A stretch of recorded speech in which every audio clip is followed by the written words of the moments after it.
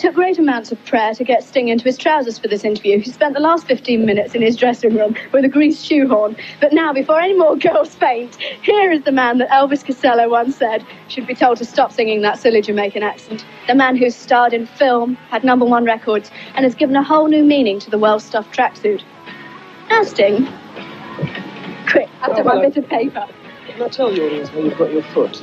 No, because I have to have my foot propped up, otherwise my dress gets funny. I know, well, if you get a bit lippy, I'll give you a quick poke. Yeah. Now, tell me a bit about, were you disturbed by any of the things that you had to do when you were making Brimstone&Treacle? No, it was all in a normal day's work, you know. That's me, I wasn't acting. Oh, really? It was very close to your own persona, was it? My own lifestyle, in fact. Oh, yeah. It's like that in Highgate. You're writing a script at the moment. What's going to happen with that, do you think? Tell us a bit about it. I'm trying to borrow the money. I want $10 million. Our Cape Newcastle is trying to collect some. Any offers? No chance. And what's it about? It's based on a book by a man called Mervyn Peake. It's called Gorm and Gas, and it's one of my favourite books. And I hope it happens. Another book that's been rather publicised recently was during your court case with Virgin, where you were suing them. You had to read out your diaries in court. I thought it was touching. But you were saying that at one point you were very desperate because you were worried that the police weren't going to be successful. Do you think that that was true? The thing is, I wrote those diaries the night before the court case. I wrote 3 years of diaries. I made it up. So did you ever think that the police might not be successful? No, we were never poor. I never starved in a garret. We were always rich. Oh, no. I thought you were an artiste. No, not me. Back to the film. I was a Paul's winner, actually. Oh, yeah. Back to the film for a second.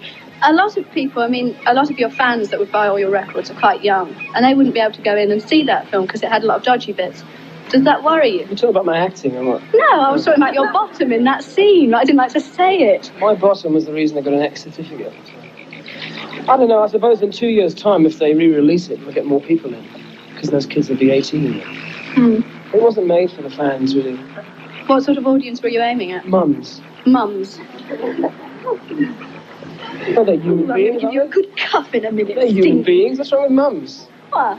Do you think that there's anything of the school teacher still in you? No. Absolutely not. So you never find yourself reverting? Nope. Sorry. Oh, good. Came over me. I can't say. I'm going to get onto the best topic. Now tell me, Sting, what we really want to know is how come you get your gear off so often? Virtually every picture, you've got your shirt off, so come on. How come? Well, I don't know. Why do you think that is? No, it's a good body, isn't it? Are you very vain? No, not vain. Photographers like my body. Really? I've gone all red. I feel quite hot. Do you think that it was a... You're in enough trouble as it is. Why? I'm holding it in. In an interview recently, you said that you like doing it on the kitchen table. But when I was at your house, the kitchen table didn't look much bigger than you could have got a sort of couple of bowls of rice on it. No, that kitchen table I actually gave to an institute that was studying sexual practice in Hampstead. And it's now a museum piece. Really? Still got the marks on it. Oh, dear. Do you think that being called Gordon has been sort of a bit of a hindrance to being a pop star? Yeah.